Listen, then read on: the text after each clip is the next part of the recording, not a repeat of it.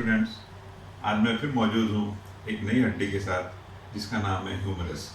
Humerus ये upper limb की एक लंबी हड्डी होती है जो यहाँ आपको कंधे से, शोल्डर से लेके एल्बो जॉइंट तक के पाई जाती है।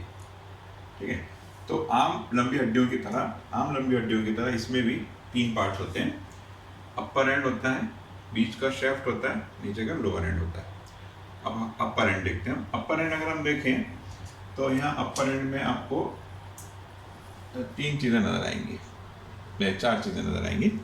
एक तो हेड होता है, दूसरी एक नेक दिख रही है आपको यहाँ पे, जो हेड को अपर एंड से अलग करती है। उस नेक को बोलते हैं हम एनाटॉमिकल नेक। उसके बाद नेक्स्ट चीज़ है, इसमें ट्यूबरकल है। 2 ट्यूबरकल होते हैं। एक सामने जो एंटीरियरली होता है, छोटा ट्यूबरकल रहता है, उसको लेसर ट्यूबरकल बोलते हैं, और एक पोस्टीरियरली पीछे की तरफ एक बड़ा ट्यूबरकल होता है, जिसको हम, ये पोस्टीरियर एस्पेक्ट है, ये एंटीरियर एस्पेक्ट है बोन का। तो पोस्टीरियरली हमको एक बड़ा ट्यूबरकल नजर आता है जिसको हम ग्रेटर ट्यूबरकल कहते हैं। इसके बाद में इसमें एक और नेक होती है जो यहाँ से हम ड्रॉ कर सकते हैं, जो कि नेक अपर एंड को शेफ्ट से डिवाइड करती है। ये नेक को हम बोलेंगे, ये वाली नेक को बोलेंगे हम सर्जिकल नेक बोलने का मतलब ये है कि ये बोन अक्सर यहाँ पे वीक रहती है और यहाँ से टूट जाती है, इसलिए इसका नाम है सर्जिकल नेक। मतलब that needs some surgical correction if the bone gets fractured from here. ये था आपका अपर एंड। तो अपर एंड में मैंने बताया हेड है जो कि ग्लिनोइड कैविटी से मिलकर शोल्डर जॉइंट बनाता है। इसमें एक नेक है जिसको हम एनाटॉमिकल नेक कहते हैं। एक और नेक होती है जिसको सर्जिकल नेक कहते हैं। एनाटॉमिकल नेक जो है वो हेड को अपर एंड से डिफरेंशिएट करती है, और जबकि सर्जिकल नेक जो होती है वो अपर एंड और शेफ्ट के बीच में पाई जाती है। इसके अलावा इसमें 2 ट्यूबरकल्स होते हैं, सामने वाला एंटीरियरली लेसर ट्यूबरकल और पीछे वाला बड़ा सा ग्रेटर ट्यूबरकल। अब इस लेसर ट्यूबरकल और ग्रेटर ट्यूबर के दरमियान में एक नाली पाई जाती है जिसको हम इंटरट्यूबरकुलर सल्कस कहते हैं। इसको मैं यहाँ नाम दूंगा इंटरट्यूबरकुलर सल्कस। दोनों ट्यूबरकल के दरमियान इंटरट्यूबरकुलस सल्कस या बाइसेपिटल ग्रूव भी कहते हैं इसको।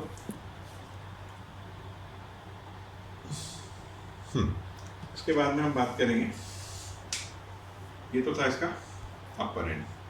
अब आ जाइए इसके शेफ्ट में। शेफ्ट देखिए आपको ये 2 बॉर्डर्स नज़र आ रही है, दोनों एंटीरियर एस्पेक्ट में भी और पोस्टीरियर एस्पेक्ट में। इसको मैं लिखता हूँ एंटीरियर एस्पेक्ट। ये बोन का एंटीरियर एस्पेक्ट है और ये बोन का पोस्टीरियर एस्पेक्ट है।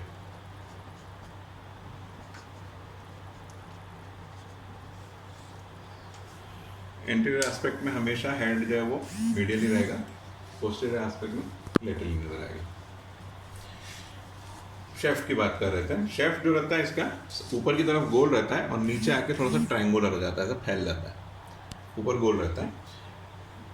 इसमें इसके शेफ्ट में 3 बॉर्डर और 3 सरफेसेस होती है। अगर हम ग्रॉसली देखें शेफ्ट को तो इसमें 3 बॉर्डर और 3 सरफेसेस। 3 बॉर्डर्स में पहली होती है एंटीरियर बॉर्डर, जो सामने की तरफ रहती है। एंटीरियर बॉर्डर होती है यहाँ से ऐसे सामने की तरफ रहती है, यहाँ से यहाँ तक पूरी ऐसे, मैं ऐसे ये होती है एंटीरियर बॉर्डर। दूसरी होती है हेड वाली, उसको बोलेंगे मीडियल बॉर्डर। और एक होती है बाहर वाली जो ग्रेटर ट्यूबरकल के नीचे पाई जाती है, उसको बोलेंगे हम लेटरल बॉर्डर। तो ये थे 3 borders, anterior border, medial border and lateral border. उसी तरह अब 3 बॉर्डर है तो 3 सरफेसेस भी पाई जाएंगी। सरफेसेस इसकी 3 है, लेकिन सरफेसेस के नाम यहाँ थोड़े से मुख्तलिफ हैं। एंटीरियर बॉर्डर और मीडियल बॉर्डर, ये एंटीरियर बॉर्डर है, ये एंटीरियर बॉर्डर है और ये मीडियल बॉर्डर है। इसके दरमियान जो सरफेस पाई जाएगी उसको हम एंटेरो मीडियल सरफेस कहेंगे। एंटेरो मीडियल, एंटीरियर बॉर्डर और मीडियल बॉर्डर के दरमियान वाली एंटेरो मीडियल सरफेस। इसका नाम एंटेरो मीडियल इसलिए दिया गया कि इसमें कुछ हिस्सा एंटीरियर आ रहा है इस, और कुछ हिस्सा मीडियल साइड का आ रहा है इस सरफेस में, इसलिए इसका नाम है एंटेरो मीडियल। उसी तरह दूसरी तरफ देखेंगे हम तो एंटीरियर लेटरल, जो कि एंटीरियर बॉर्डर और लेटरल बॉर्डर के दरमियान है। एंटीरियर बॉर्डर और मीडियल बॉर्डर के दरमियान वाली एंटीरियर मीडियल, उसी तरह एंटीरियर बॉर्डर और लेटरल बॉर्डर के दरमियान वाली सरफेस को हम एंटेरो लेटरल सरफेस कहेंगे। तो पहली है एंटेरो मीडियल, एंटेरो मीडियल, ये मैंने बताया आपको। और उसी तरह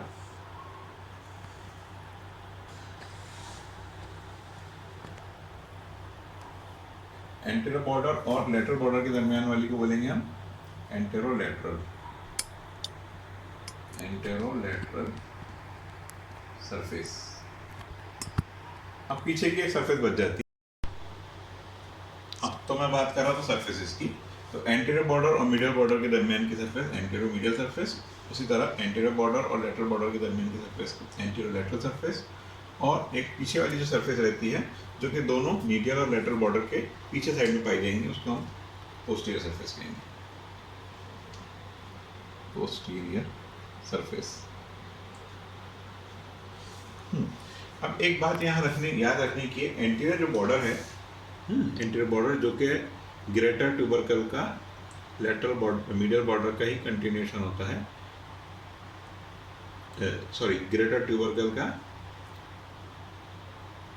के लेटरल लिप का कंटिन्यूएशन होता है। इसमें नीचे की तरफ एक आपको ट्यूबरोसिटी नज़र आ रही है, तो ये एंटीरियर बॉर्डर पे रहती है ट्यूबरोसिटी, इसको बोलते हैं डेल्टॉइड ट्यूबरोसिटी, जहाँ पे के डेल्टॉइड मसल का इंसर्शन होता है। उसी तरह इसमें इसको अगर हम पीछे की तरफ देखें, एंटीरियर पोस्टीरियर बॉर्डर में देखेंगे या पोस्टीरियर सरफेस में देखेंगे, तो आपको एक ऐसा ग्रू नज़र आएगा।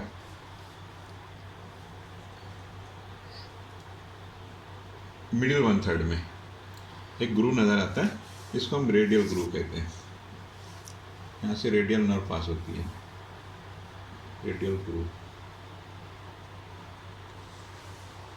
तो एंटीरियर बॉर्डर पे डेल्टॉइड ट्यूबरकल और पोस्टीरियर जानिब रेडियल ग्रू, ये दो चीज़ें इसमें इम्पोर्टेंट है।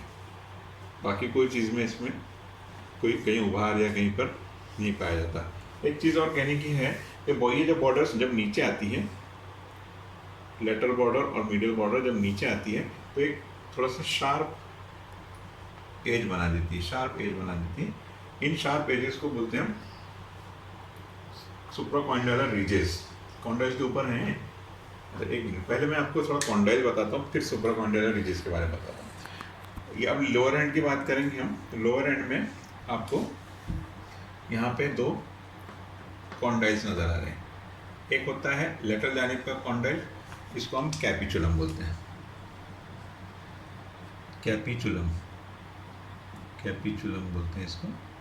और एक मीडियल जानिब पुली नुमा शक्ल की चीज़ होती है जिसको हम ट्रॉक्लिया कहते हैं।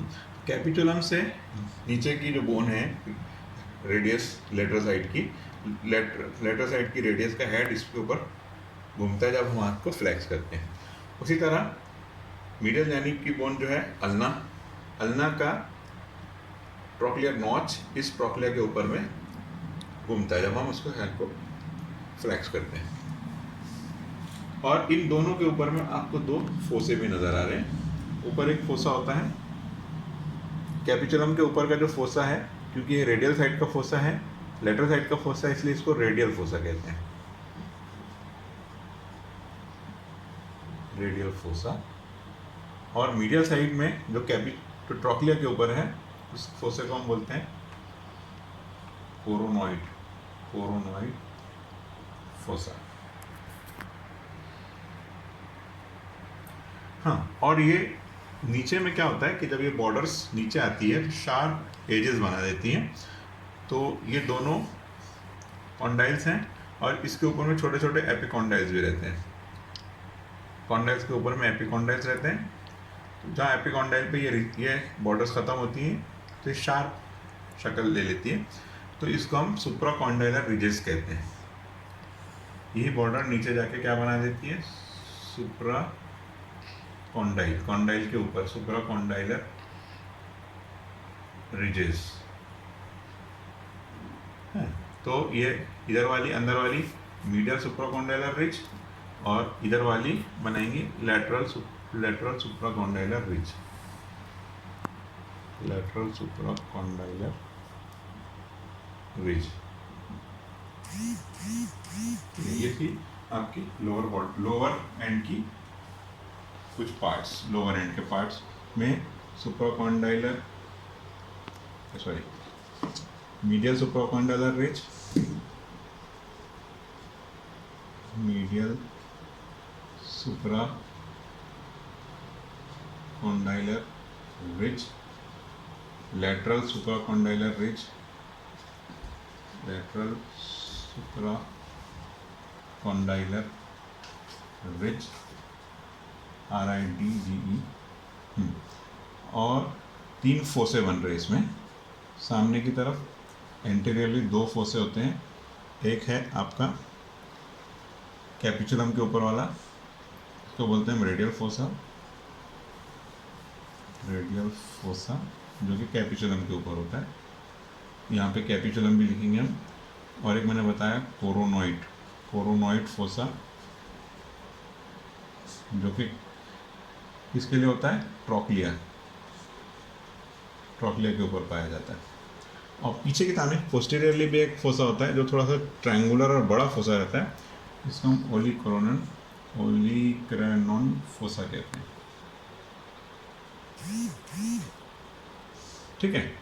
और इसके अलावा ये तो थे जो अपना कैपिचुलम और ट्रॉक्लिया जो थे ये कॉन्डाइल्स हैं। और 2 एपिकॉन्डाइल्स भी होते हैं। कॉन्डाइल के ऊपर छोटे छोटे उभार जो होते हैं उनको एपिकॉन्डाइल्स कहते हैं। तो मीडियल जानिब मीडियल एपिकॉन्डाइल, लेटरल जानिब लेटरल एपिकॉन्डाइल, ये कॉन्डाइल्स होते हैं। ये लेटरल एपिकॉन्डाइल, ये मीडियल एपिकॉन्डाइल।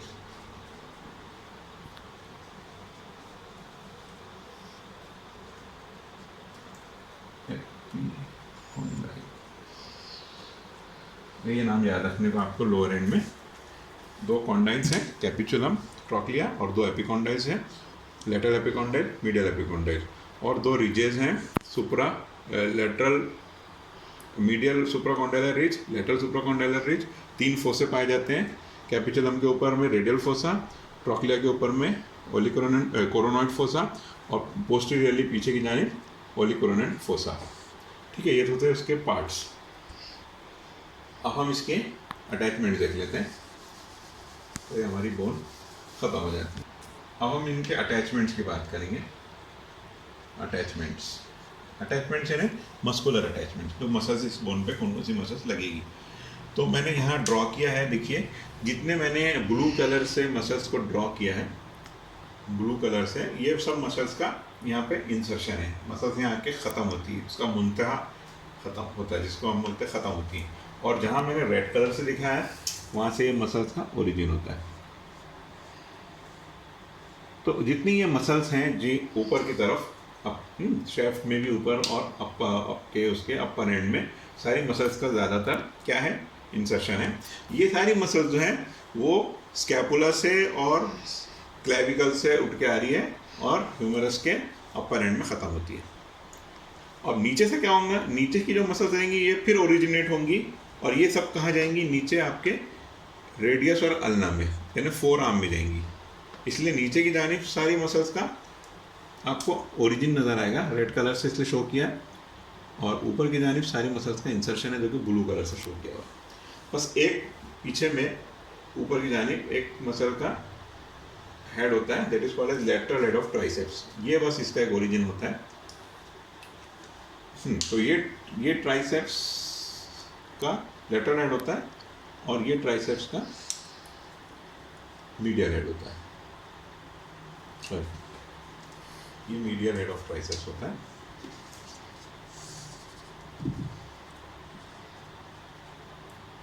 Medial head. एक बार फिर से देखिए, मैं अटैचमेंट्स की बात कर रहा था, मस्कुलर अटैचमेंट। तो जितनी अपर एंड में मोस्टली और अपर एंड में और शेफ्ट में ऊपर की जानिब सारी मसल्स का आपको इंसर्शन नज़र आ रहा है, जबकि नीचे की जानिब से सारी मसल्स का ओरिजिन नज़र आ रहा है ना। जिसको मैंने रेड कलर से दिखाया मतलब मसल्स का ओरिजिन, और जहाँ ब्लू से बताया वहाँ पे मसल्स का इंसर्शन। पहली सबसे पहली एंटीरियर,